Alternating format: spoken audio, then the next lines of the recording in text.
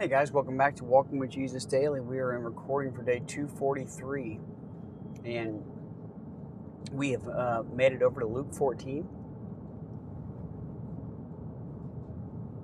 I don't know when you're listening to this or where you're at or what's going on in your life. I don't know what has drawn you to this or what exactly it is that you're hoping to get from this, but I do truly hope that your life has been, that you have allowed God to change your life and change the way that you're seeing what's happening, and change the way that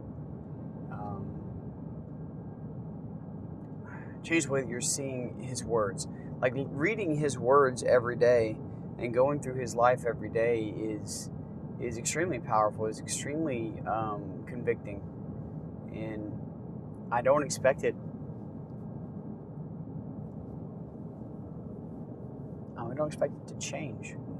So we're going to pick up where we left off. I hope that your prayer life has gotten stronger. I hope that you're trying things now that you've never tried before. As far as maybe you're trying to listen to better music or to better things, or watch better shows or better things, or maybe you're choosing to find other ways of being holy, and yes, those are ways of being holy, of choosing holiness over worldliness. But we're going to be in Luke chapter 14, just the first 6 verses today.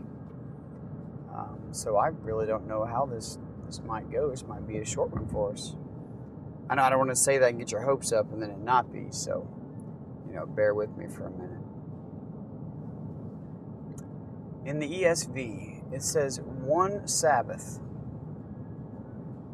when he went to dine at the house of a ruler of the Pharisees, they were watching him carefully. I just find this very interesting. It's on a Sabbath. The Pharisees invite Jesus over, and Jesus takes the invitation. Okay. The Pharisees that were just trying to stone him last chapter, the Pharisees that were just trying to, or last couple of days, were just trying to stone him. And he said, what do you stone me for? For the good works? I mean, but is that what we're doing here?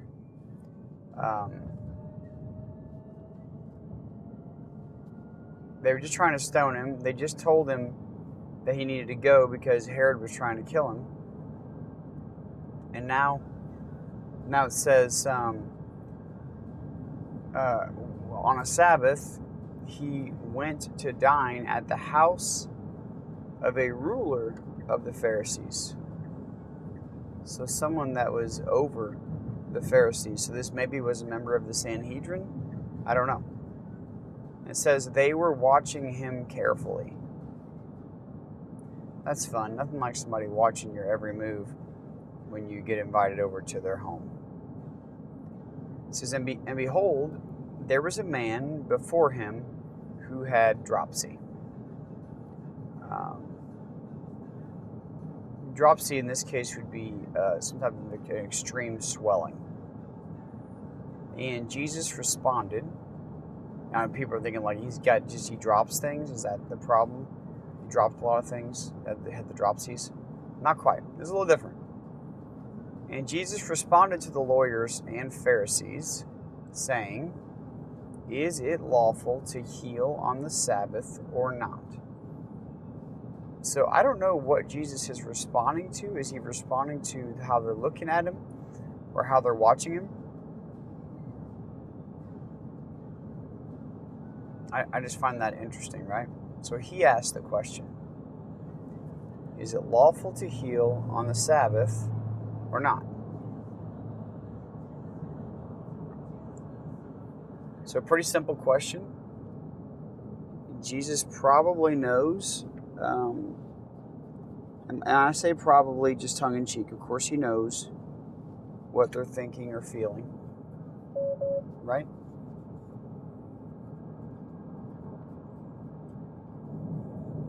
But they remained silent. Then he took him and healed him and sent him away.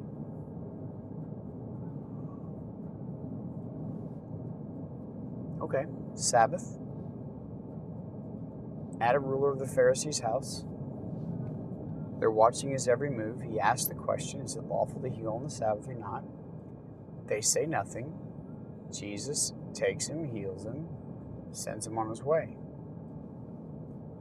And he said to them, which of you, having a son or an ox that has fallen into a well on a Sabbath day, will not immediately pull him out? And they could not reply to these things. I'm confused on a lot of levels here, to be honest with you.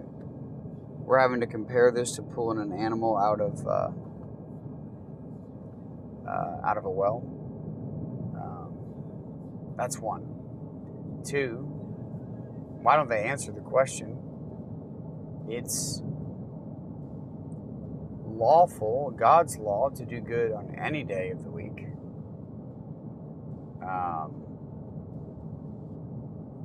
Where was the praise of God when this man was healed? Or what are we missing here? Right? Okay. So it's not just me. Okay, let's check out Passion, and then we'll discuss a little bit in Amplified. One Sabbath, Jesus was on his way to dine with a prominent Jewish religious leader for a festive meal. Sounds great. Everyone was watching him to see if he would heal anyone on the Sabbath. Now we know what's happening. Just then, standing right in front of him, was a man with his limbs suffering from edema. So again, this is a swelling of the arms, not like it's too hot outside and my ankles are swelling.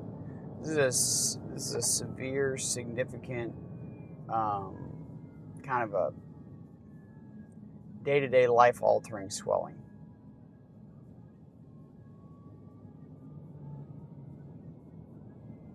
It says, Jesus asked the experts of the law and the Pharisees who were present. So they should know the answer to this question.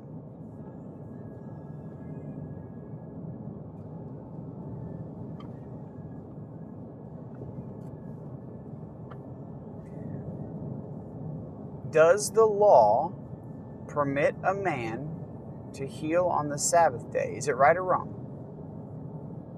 Not according to your traditions, but just plain and simply, does God's law, and God's law by itself, does it permit a man to heal on the Sabbath?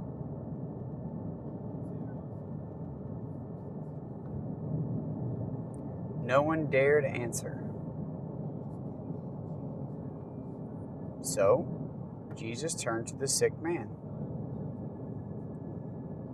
released healing to him, and sent him on his way. Jesus said to them all, if one of your children or one of your animals fell into a well, wouldn't you do all you could to rescue them even on the Sabbath? There was nothing they could say. All were silenced.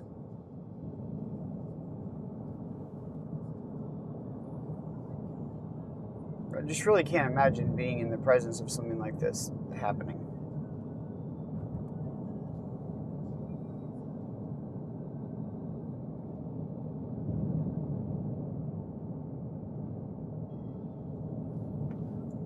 We'll check out the Amplified, and then we'll see the spiritual implications of this message. The day of the week was the Sabbath, to keep the Sabbath holy. Now, if we're truly looking at keeping the Sabbath holy, would that look like a day of selfishness? Or would that look like a day of selflessness? Well, if God blessed it, made it holy, and rested,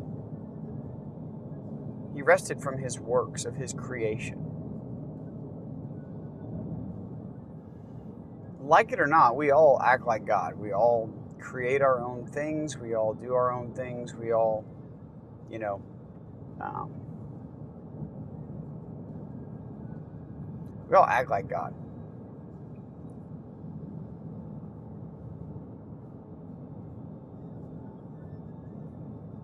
We can also be pretty selfish.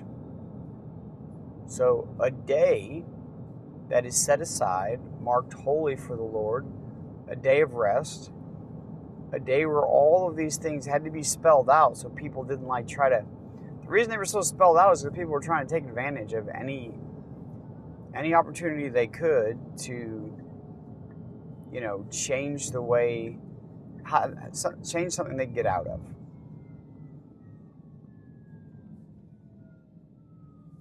So with that being said, what would a true Sabbath day look like? A day with you and God? A day of, visiting people and in widows and orphans who were lonely?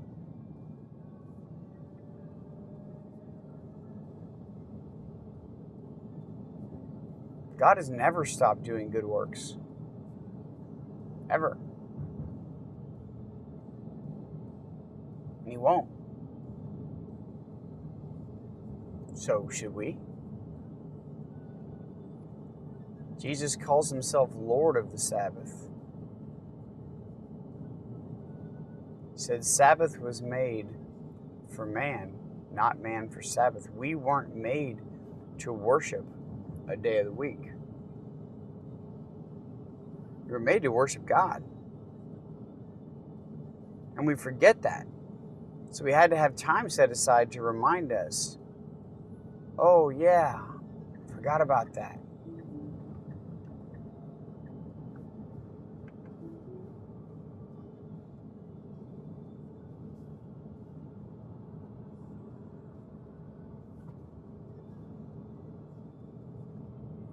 So on a Sabbath, He went to eat at the house of one of the ruling Pharisees. So He's going to a Pharisee's house to have a meal. Now, this Pharisee, did he have the intentions of God in his heart? Was he inviting a man in to feed him, to learn from him, to get to know him, to be hospitable, to be loving? Was he obeying the very essence of the Sabbath right from the get-go? It says they were watching him closely and carefully, hoping to entrap him. Jesus knows this. Satan's traps have always been the same and will always be the same. They have no power over us. He has no power over us. Just remember that. So, it says, and there in front of him was a man who had dropsy, who had extreme swelling. Was this a setup?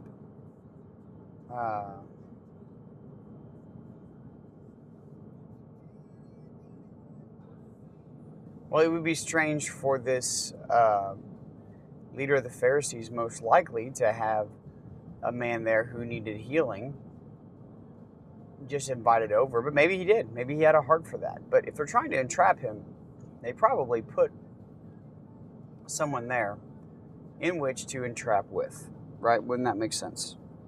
All right. I'm not trying to create my own story here. I'm just trying to put the pieces together, and that's pretty much what it sounds like.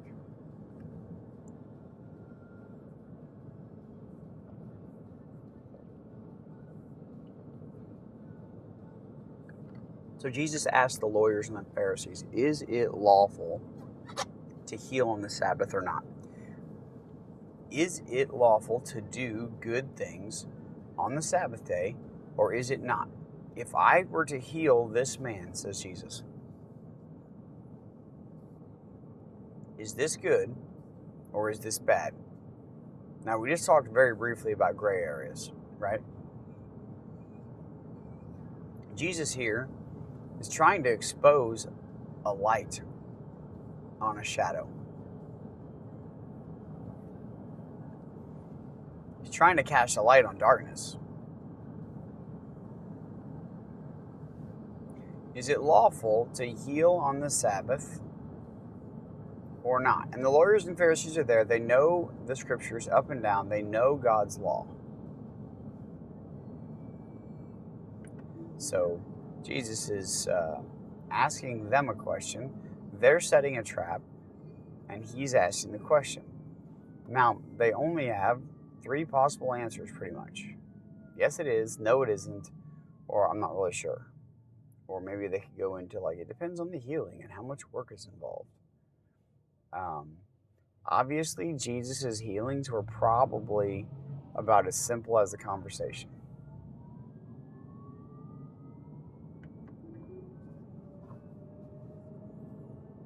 To try to deceive someone into entrapment is a lie. It's a deception. There's no transparency there. There is no love there. Jesus knows this is going to happen going into this dinner. He goes anyway.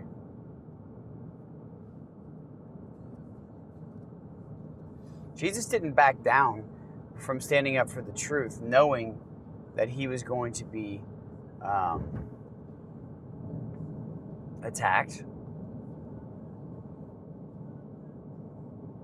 Truth doesn't take a break. Doing good doesn't take a break. Regardless of the situation or the place that you're in, it doesn't make a difference. It says they kept silent. There's your other option, I guess. Say nothing. Then he took hold of the man and healed him and sent him on his way. I know why you're here. I'm going to heal you now, and you can go back to living life. It's a Sabbath day. Go worship the Lord your God. Go thank him and praise him for the work that he has done in you.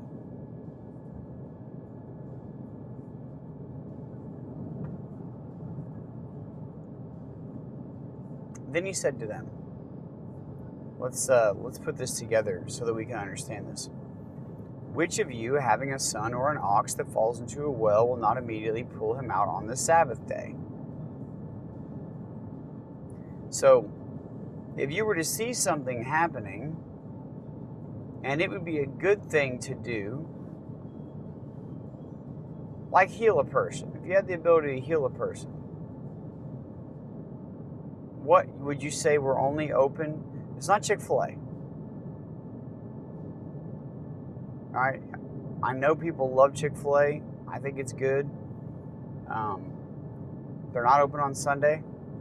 That's awesome. I love that they do that for their employees. But doing good works is not Chick-fil-A. Jesus does not operate within the confines and the operating hours of Chick-fil-A. There is no day off from healing, from loving, from caring. Wouldn't that be the day that you would want to see even more of it? Like, doesn't that make sense? How far away from the law was love? We have to be so careful as to not get so caught up in laws and what we think God would want. And instead, we really need to be caught up in love. It's another L word. If we're caught up in love, law just kind of disappears.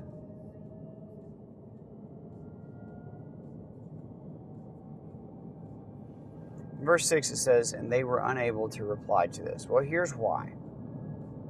Because they can't do what Jesus just did. They know the answer. They just don't want to say it. A stubborn and stiff-necked people.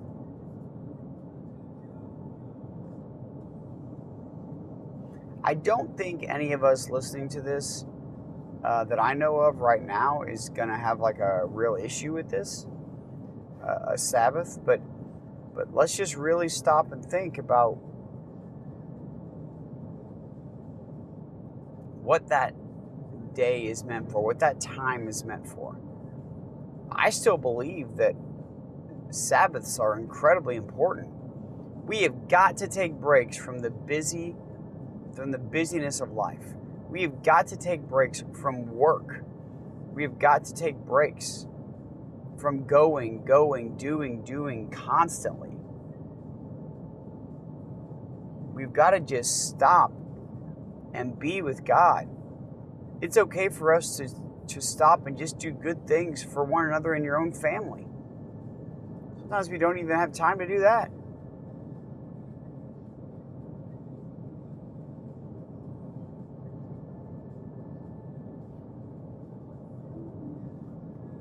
So I'm going to leave this with you guys, but spiritually teaching, love should overcome all. Love for God and love for other people.